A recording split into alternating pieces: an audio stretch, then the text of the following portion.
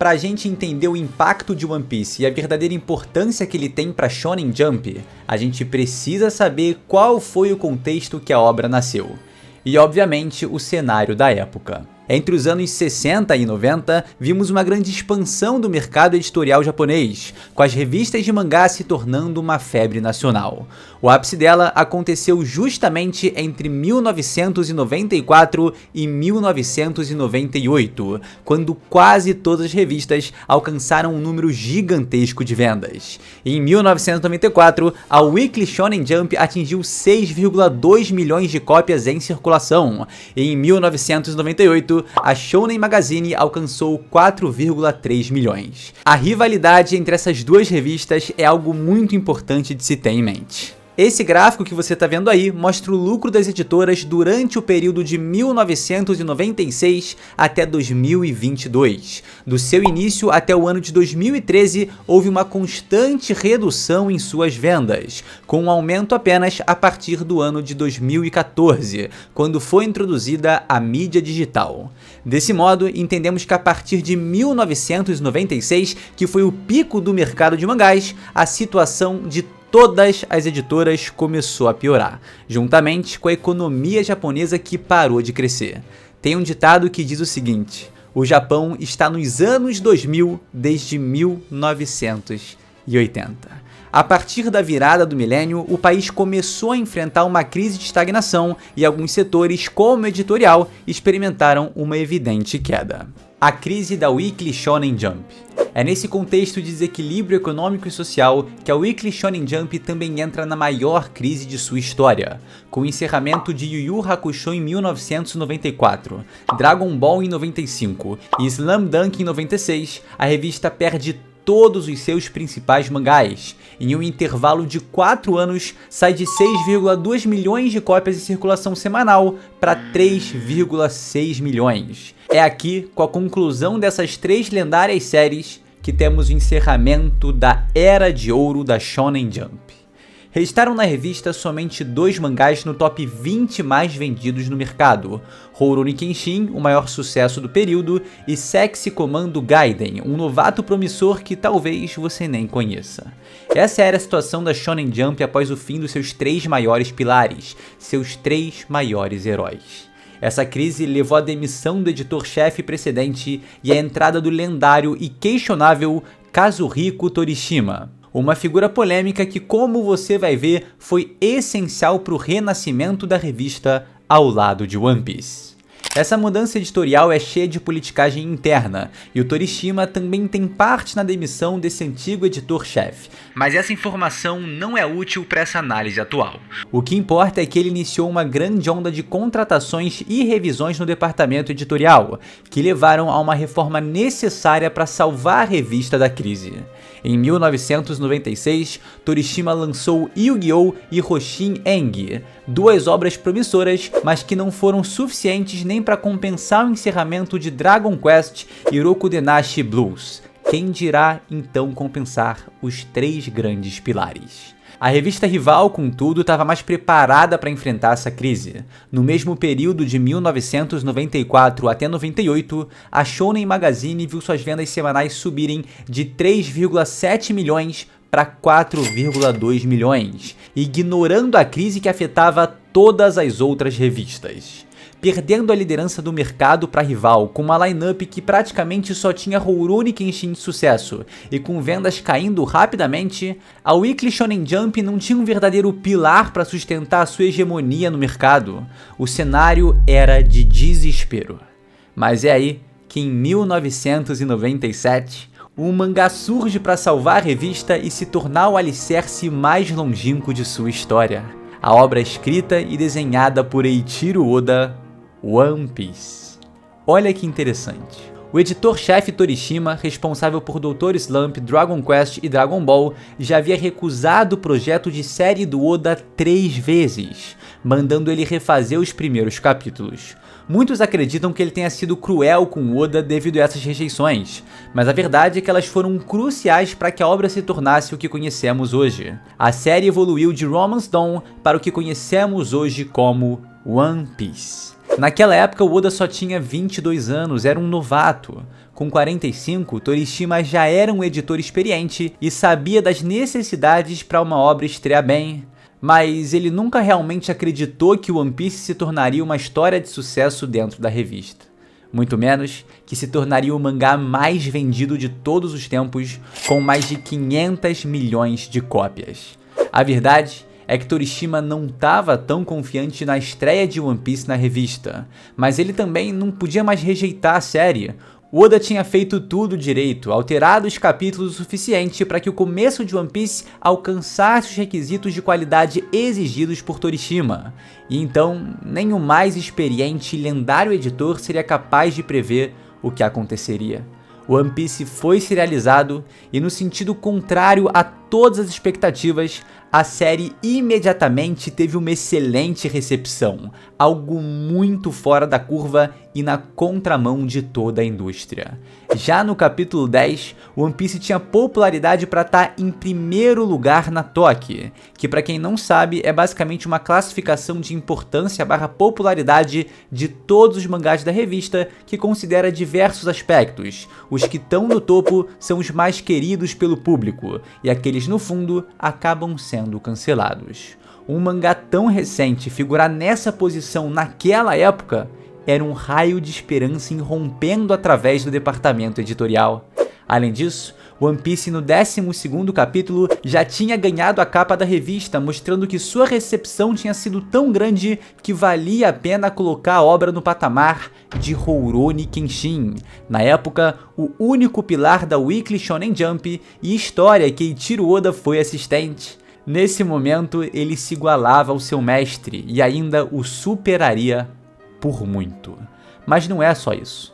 As vendas do primeiro volume de One Piece também foram incríveis.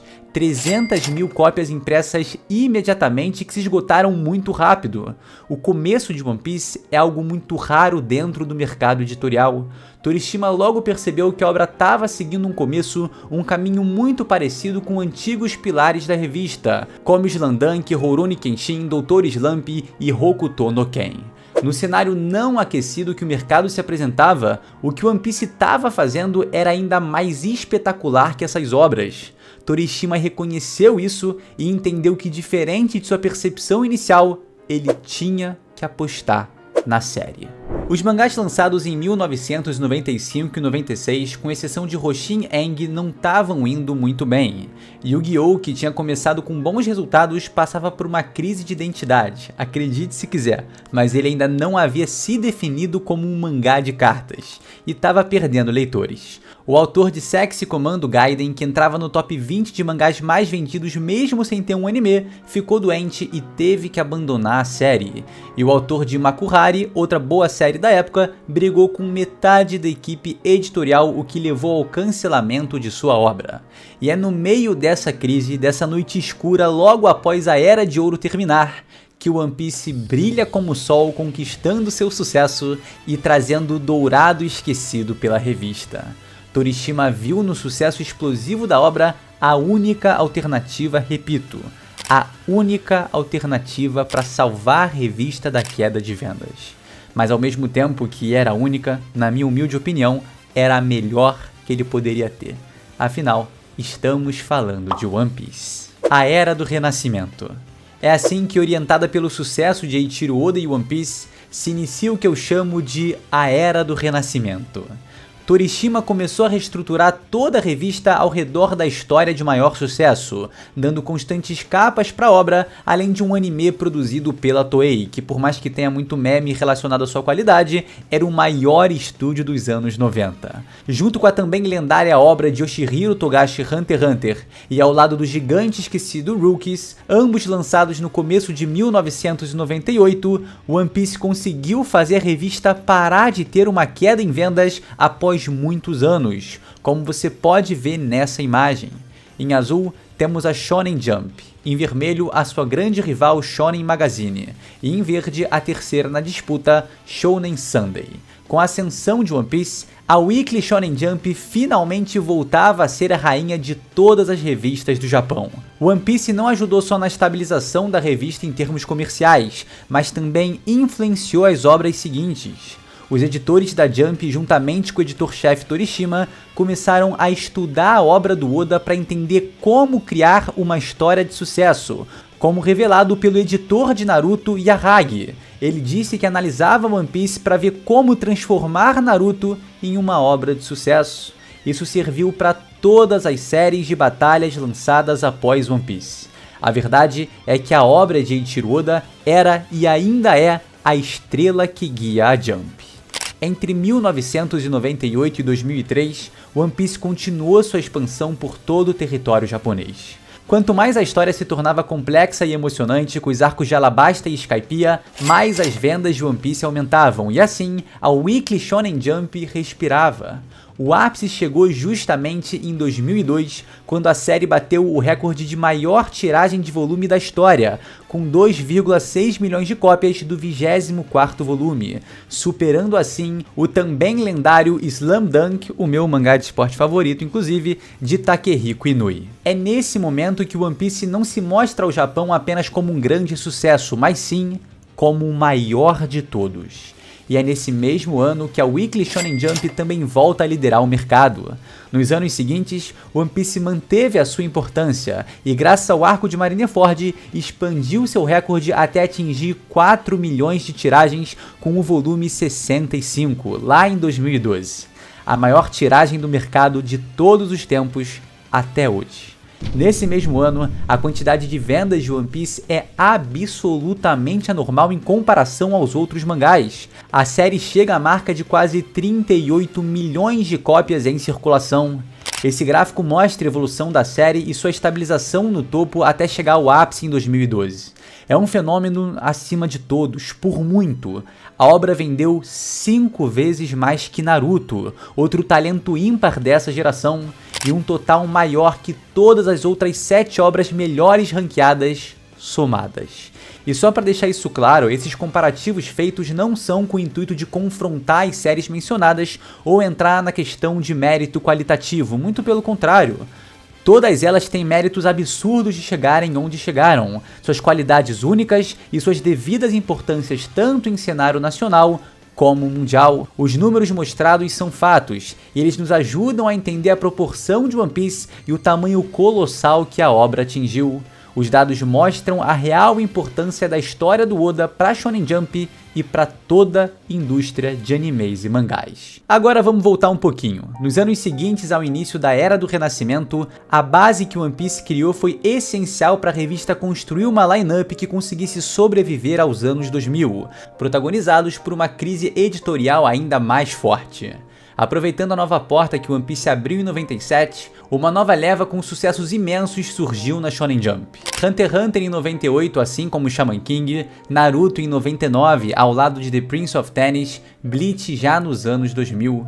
Essas fantásticas histórias, norteadas por One Piece, o maior sucesso da época, ajudaram a revista a recuperar a liderança no mercado. A história de Eiichiro Oda foi o pilar principal de toda essa reconstrução, e através de todas as últimas gerações, sempre esteve lá. Seja ao lado de Yu-Gi-Oh!, Jojo, The Prince of Tennis, Bleach, Hunter x Hunter, Shaman King, Death Note, Gintama, Kuroko no Basket, Black Clover, The Promised Neverland, Haikyuu, Boku no Hero, Jujutsu, Kimetsu no Yaiba, Chainsaw Man e tantos outros nomes. One Piece sempre teve presente como o eixo que sustenta a revista, transcendendo as gerações. Agora, o que seria da Weekly Shonen Jump sem One Piece? É bem possível que ainda estaria viva, mas certamente não teria tido a estabilidade necessária para reconstruir um line-up de qualidade que pudesse enfrentar a crise dos anos 2000 e 2010, dando a possibilidade da revista voltar a ser líder do mercado e se manter dessa forma. O Rei dos Piratas transformou a Jump novamente na rainha das revistas. O futuro da Shonen Jump. Até o momento a gente viu que após o final da Era de Ouro da Shonen Jump, a revista teve um novo amanhecer com a obra de Eiichiro Oda.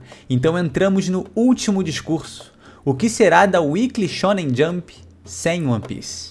Eu sei que muitos leitores da obra tendem a avaliar o mercado como se fosse composto unicamente pela Weekly Shonen Jump, e a realidade é que essa base criada por One Piece nos anos 90 continua forte até hoje, e permite sim que a revista tenha uma situação privilegiada em relação a qualquer outra ou plataforma online. Se no começo dos anos 2000 a Shonen Magazine tinha 104% das vendas da Weekly Shonen Jump, por isso vendia mais, hoje em 2024 vende apenas 28% da Shonen Jump. One Piece e as outras obras esmagaram completamente a concorrência. Assim, graças à história de Oda e à estabilidade criada na Era do Renascimento, a revista praticamente dominou por completo todas as rivais e continua dominando. A J Plus até lançou vários sucessos durante a pandemia, Spy Family, Kaiju número 8 e Dan Da Dan. Mas assim que a pandemia acabou, seus números voltaram a ser mais baixos que os da Weekly Shonen Jump. Utilizando One Piece como base, a revista começou sua nova fase em junho desse ano com o novo editor-chefe Saito, criando uma estrutura de trabalho inovadora e vantajosa para os seus mangakás. Esse ano, a revista aumentou o pagamento de manuscritos para autores novatos para 20 mil ienes por página, o dobro do valor de mercado para um autor iniciante em seu primeiro ano de contrato, com aumentos previstos para os anos seguintes. Saito também criou mecanismos de premiação para contratos exclusivos, além de parcerias com a Netflix e estimulada pelo sucesso do live action de One Piece. Os próximos 2 animes da revista, Blue Box e Sakamoto Days, também serão distribuídos por essa plataforma, mostrando como One Piece criou uma ponte espetacular para a Weekly Shonen Jump até hoje, extrapolando todos os recordes em diferentes mídias. Assim, com salários exclusivos, salários altos 2 vezes acima do mercado e ainda por cima com o nome que a revista carrega, é bem provável que o pós-One Piece garanta que a revista continue sendo líder do mercado mesmo após a série acabar, já que criou a base para continuar atraindo talentos e mais talentos. Certamente, a revista vai perder leitores, mas mesmo que caia pela metade, como provavelmente deve cair, ainda vai vender o dobro de sua rival. Então é muito provável que mesmo após o fim da série, a Weekly Shonen Jump continue sendo líder por causa de uma obra publicada em 1997. É isso. O legado da história de Eiichiro Oda na Weekly Shonen Jump não vai acabar com o encerramento de sua história. Muito pelo contrário, é por causa de One Piece que a revista conseguiu criar uma base sólida para os anos 2000, e é por causa de One Piece que a revista vai construir uma base sólida para se manter líder do mercado durante os anos de 2030, lá quando a obra acabar. E será que vai surgir algo tão incrível, tão importante, tão fundamental como ela? Olha, é muito curioso como a história da obra One Piece é semelhante com a que vemos em suas páginas. O fim da Era de Ouro da Shonen Jump, o início então da grande Era dos Piratas, o surgimento daquele que em meio a anos de trevas mudou tudo e trouxe o amanhecer. Luffy é para o universo de One Piece o que One Piece é para a indústria de animes e mangás. Como será o mundo depois dele? Como será o mundo depois dessa obra? De uma coisa eu tenho certeza. Tal como o chapéu de palha de Gold Roger foi parar nas mãos de Monkey D. Luffy, o legado de One Piece viverá para sempre na Weekly Shonen Jump. Em algum momento, a renovação das eras vai acontecer, a renovação dessa era ocorrerá. E então, outra obra incrível surgirá para herdar esse chapéu. Tudo isso graças a um garoto que simplesmente sonhava em publicar sua história. É realmente muito inspirador, né? Pensar em One Piece dessa forma, a ideia do Oda surgindo, enfim. Meus queridos, esse foi o vídeo, tá? Eu espero de verdade que você aí tenha gostado e também percebido tamanha importância de One Piece não só para Weekly Shonen Jump, mas para toda a indústria de mangás. Por fim, quero agradecer profundamente ao Leonardo Nicolin, o dono do site Analyze It, que é simplesmente a melhor plataforma para você entender do mercado editorial de mangás. Eu realmente acompanho o trabalho dele desde 2016 e ele para mim é uma referência para entender melhor sobre toda essa indústria. Então, ó, você deve estar vendo o site dele aqui atrás, é simplesmente sensacional, artigo pra caramba, e pra você entender melhor realmente do mercado editorial de mangás, cara, é um prato cheio. Tá? É um prato cheio. Então, Léo, muito obrigado aí pela ajuda na pesquisa, no roteiro, no debate. Achei muito legal o que a gente conseguiu construir aqui e espero que o público também, você que tá me assistindo nesse momento, tenha gostado, beleza? Bom, e vocês já sabem, qualquer sugestão que você tiver de vídeo pode deixar aí nos comentários, tá? Eu adoro saber o que vocês querem ver e também gosto de trazer algumas coisas surpresas, como por exemplo, esse vídeo aqui. Eu espero que vocês tenham gostado. Também deixa um comentário falando o que você achou. Eu achei muito legal trazer esse tipo de conteúdo e se você quiser mais, mano, pede, tá? Pede que a gente aqui do canal Chapéu de Palha traz pra você, beleza? Então é isso, meus queridos, muito obrigado por me acompanhar até aqui e a gente se vê sem sombra de dúvidas, você sabe aonde, num próximo vídeo. É isso, galera, valeu!